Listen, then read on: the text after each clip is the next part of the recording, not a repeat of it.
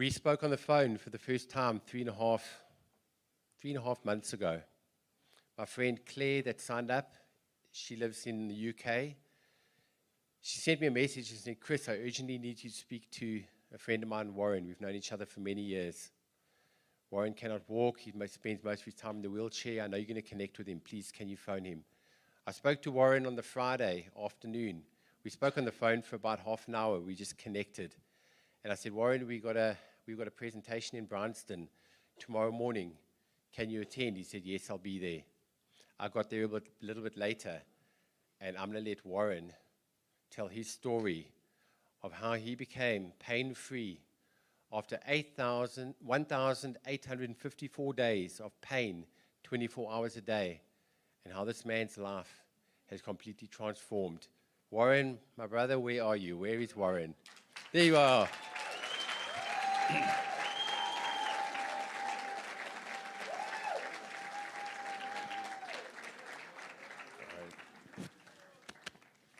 My brother, thank you. There we go. Thank you.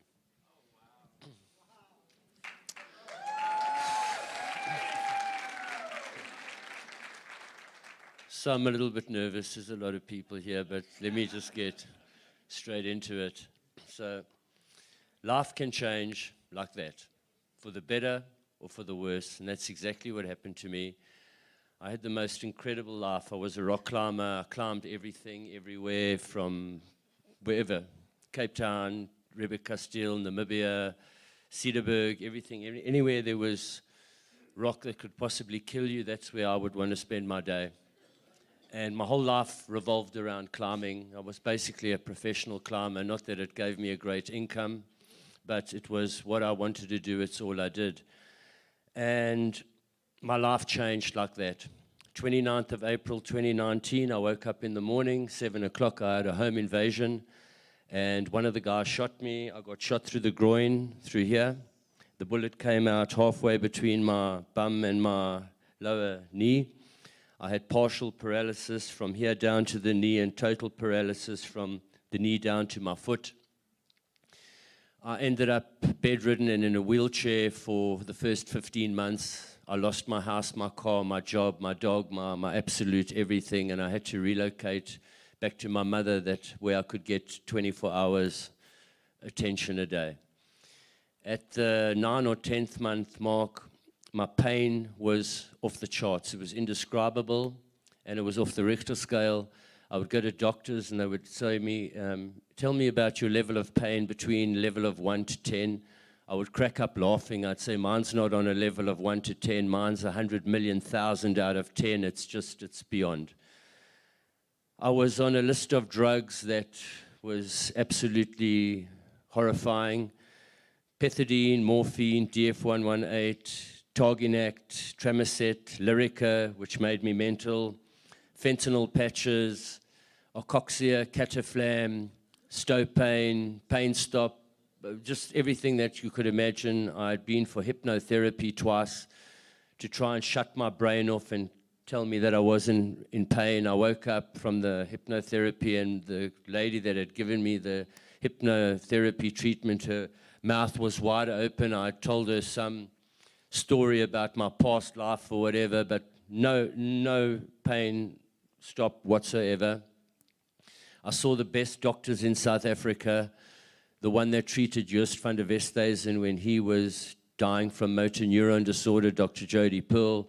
I went to every top specialist in this country, and none of them had any good news for me. Just another drug to go away with, wasn't helping at all. And at the 9th or 10th month mark, I decided that was it. The pain in my left leg was so great that I wanted to have the leg chopped off. I went to the Linksfield Park Clinic, and I begged Dr. Julius Preddy to chop my leg off right then and there. He refused. I cursed him. I said, it says surgeon on your door there, and this is surgery now. Chop this leg off today, right now. Get it off. And he gave me even more bad news. He said, I will chop that leg off, but you are still going to come in here and complain about pain in your foot. All amputees have this condition. It's called phantom pain. No pretty picture. There is no known medical cure. I decided then, well, if there's no medical known cure for this, and I'm saddled with back pain as well, I had shattered my sacrum. I had herniated the discs between L5, S1, and S2. I had nerve entrapment, and my back was messed, and my left leg was messed. I said to my mother, that's it, we're going to Zurich, Dignitas Clinic. I'm doing an assisted suicide. I'm not going on another minute. I'm done. Which shattered my family because I'm actually her pride and joy. My brother's the CEO of a company, but he's boring. My younger brother swims the English Channel. He's even more boring. He just buries his face in the water and swims. And I'm her life and soul. And I'd convinced her to accompany me to Zurich. We booked to go to Zurich in March 2020 to do the assisted suicide. And then COVID broke, and I couldn't get to Zurich.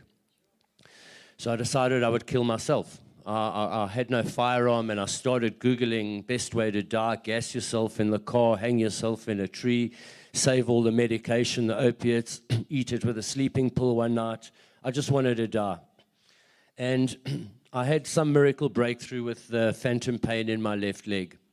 And I got back from this alternative treatment in Clarence, and my mother said, how's your pain? I said, it's gone. She said, I'm elated. I said, not such good news.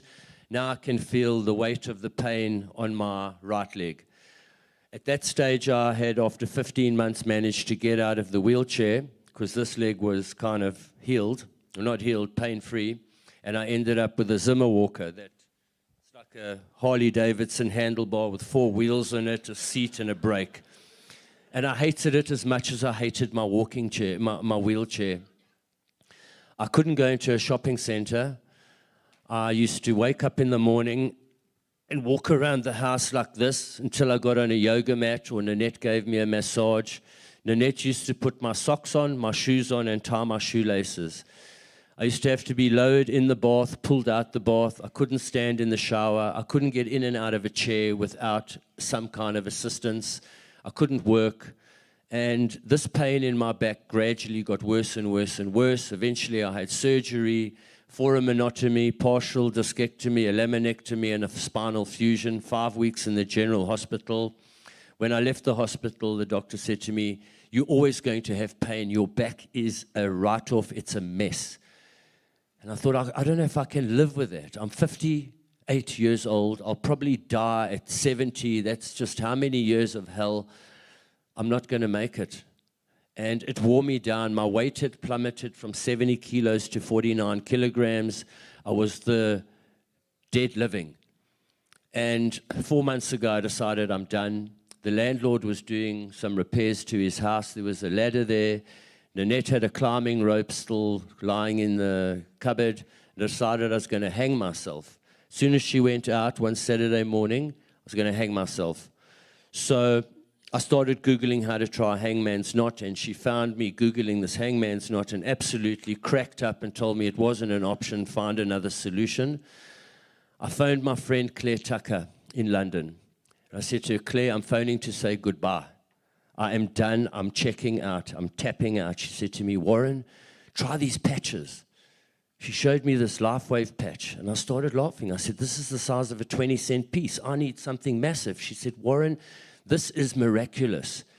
Bang, the word miracle. That's what I need. I needed a miracle, okay? I'd had every bit of conventional medicine, doctor's treatment, imaginal, nothing worked for me.